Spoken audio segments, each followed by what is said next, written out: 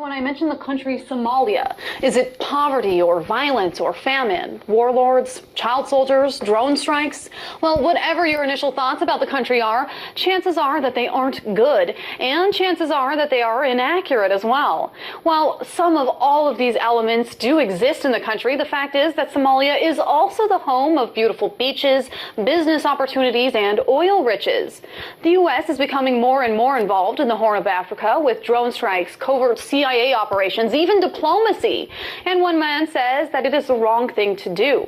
Michael Schenk is the director of foreign policy at the Friends Committee on National Legislation, and he's here to tell me why the U.S. should keep out of Somalia's affairs when it comes to the military. Michael, thank you so much for joining me. Thanks for having me. Now, first of all, you were just in Somalia. Why were you visiting, and what did you discover? I followed Somalia for years. I used to write on it pretty often in 2006, 2007, 2008, when we were heavily involved in airstrikes and fighting the Islamic Courts Union, backing the warlords. So I wanted to visit finally as a non-federal employee. I was a congressional staffer for many years. It would have been difficult for me to travel. Now that I'm off the hill, it's easier to go. What I found is a city, Mogadishu, I was primarily in Mogadishu, that is bustling with activity, lots of business. The West is not investing in that, and that's what I'm here to say, and that's what I've been writing about. How do we invest in the socioeconomic future of the country, not primarily militaries, which is how we've seen the country. And what is the current status of the U.S. in Somalia, and then broadening out a bit in the Horn of Africa? Right. So primarily, as you mentioned, CIA, drone strikes, a little bit of defense support for the African Union soldiers, very little support for the Somali National Security Forces. You see the salary difference between a Somali soldier is $100 a month versus an Amazon soldier is $1,500 a month. So we need to support the government's capacity on that front. A little bit of humanitarian aid, but not much investment meeting with Somali women, Somali youth groups, not much investment in the infrastructure, roads, bridges, clean water, sanitation, power, lighting.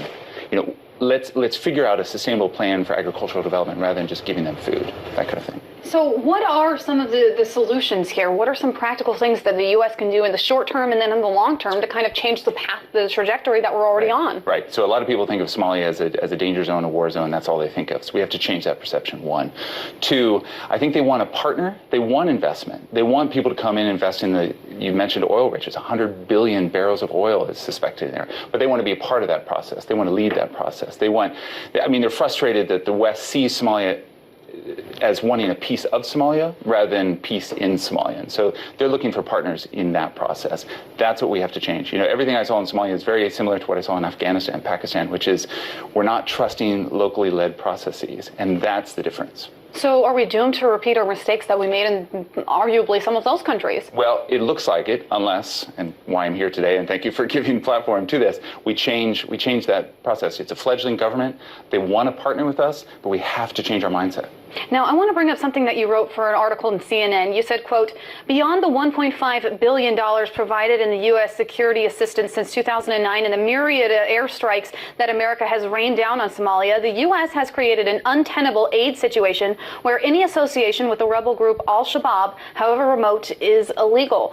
Can you elaborate on that a little bit more and what it means for Somalia? Right. So we have a Department of Justice terrorist watch list. So anyone who's on that list, any aid group cannot associate with that group. The problem with Al-Shabaab is that it's very amorphous, it's very fluid. So someone might be related to someone who might be related to someone who's in Al-Shabaab. It makes aid very difficult. World Food Program withdrew a lot of their humanitarian aid, which ultimately led to a famine which killed 250,000 people between 2010 and 2012. We have to rethink that whole paradigm because it's preventing real socioeconomic development in the country in ways that will build allies among Somalis rather than enemies.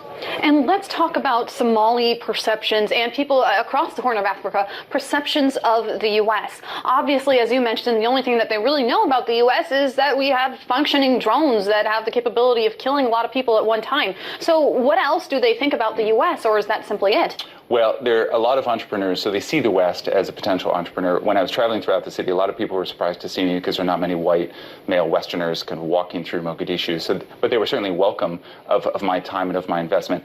The UN monitoring group, which has kind of given oversight over everything in Somalia, has been pretty paternalistic in nature, and that's what they're frustrated with. They don't want another parent telling, whether it's Ethiopia or Kenya or the West, US, UN, UK, telling them what to do. So they welcome participation, open arms, open doors, but it has to be one of equality. Now, On the same kind of coin that we're talking about right now, the issue with giving so much aid to a country is that we don't exactly know all of the uses for what it is going to be. Could it potentially fall into corrupt hands that could end up fueling terrorists that hurt the U.S.? I mean, ultimately, we need oversight of everything we do, which is why I've been very involved in oversight of even Pentagon dollars going into Afghanistan, because there's corruption there, too. So we've got to vet these organizations and root out corruption wherever it lies, whether it's in our Defense Department, our State Department, USAID, or the organizations on the ground. So yes, oversight is critical, but that's very doable. That's better than disengaging completely. Now, obviously, the Afghanistan Inspector General would definitely agree with some of the misuses of money there. But if the U.S. doesn't get involved in the Horn of Africa, is it an argument that could be valid that possibly another country would? Well, absolutely, and Turkey's very involved in some very positive ways in terms of socioeconomic development. So they're building the relationship. Not unlike when I was in Syria, Japan was heavily involved. We're missing opportunities to build these alliances, and Shabab is coming in instead. You know, they're offering a cell phone to a kid and recruiting a kid that way. Lots of kids roaming the streets of Mogadishu. Let's get them jobs. So what is the takeaway lesson from here, very quickly? Takeaway, we see it in Afghanistan, we see it in Pakistan, we see it in Somalia. We're only or primarily investing in military solutions and not socioeconomic, political, sustainable solutions that are locally led by the country. That's how we need to switch. Very interesting, and I hope that you'll keep us involved in what you're doing and what you're working on, and keep us involved in the region.